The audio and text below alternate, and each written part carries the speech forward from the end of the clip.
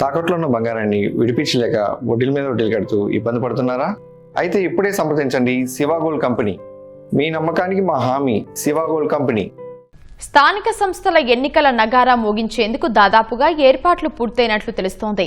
మరికొన్నింటికి court కేసులు కొలిక్కి వచ్చాక ఏర్పాట్లు ప్రారంభిస్తారు. ఇప్పటికే ఓటర్ల జాబితా తయారీ ప్రక్రియ మొదలవగా వచ్చే నెల 3న తుది జాబితాలు ప్రకటిస్తారు.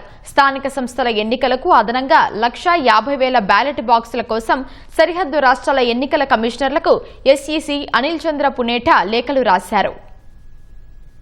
రాష్ట్రంలో 13,295 పంచాయతీలు, 61 పుర నగరపాలక సంస్థలు, నగర పంచాయతీల్లో ఎన్నికల నిర్వహణకు ఏర్పాట్లు దాదాపుగా పూర్తయ్యాయి. డివిజన్లు, వార్డుల పునర్విభజనపై హైకోర్టులో తాజాగా వేసిన కేసులో వైసీపీ ప్రభుత్వంలో పంచాయతీల్ని నగర పంచాయతీలుగా ఉన్నతీకరణ, పంచాయతీలు సమీప పుర నగరపాలక సంస్థల్లో విలీనానికి వ్యతిరేకంగా వేసిన కేసులు కొలిక్కొచ్చాక మరో 62 నగరాలు, పట్టణాల్లోనూ ఎన్నికలకు అధికారులు ఏర్పాట్లు చేస్తారు. 2026 ఫిబ్రవరి 5 వరకు చేసిన చేర్పులు, మార్పులతో కేంద్ర ఎన్నికల సంఘం అందించిన ఓటర్ల జాబితాలతో పంచాయతీల్లో 1,35,000 వార్డుల ఓటర్ల తుది జాబితాల ప్రచురణ పూర్తయింది.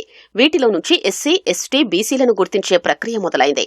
వచ్చే నెల 7న ఈ వివరాల్ని కలెక్టర్లు ప్రకటిస్తారు. వీటి ఆధారంగా సర్పంచులు, వార్డు సభ్యుల స్థానాలకు రిజర్వేషన్లు ఖరారు చేస్తారు.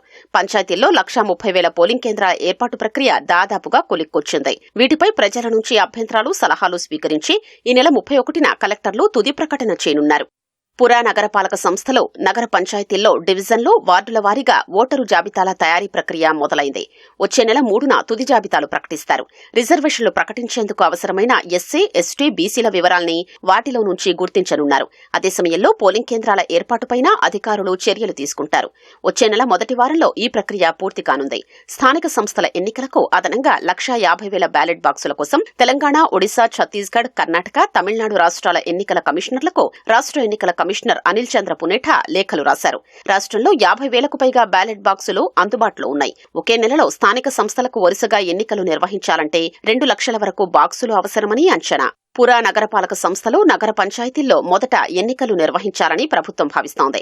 ఇందుకోసం రిజర్వేషన్ల ప్రక్రియ పూర్తి చేసి వచ్చే నెల 2వ వారంలో రాష్ట్ర ఎన్నికల కమిషనర్కు కలెక్టర్ల ద్వారా గెజిట్ నోటిఫికేషన్లు అందించాలని యోచిస్తున్నట్లు తెలిసింది.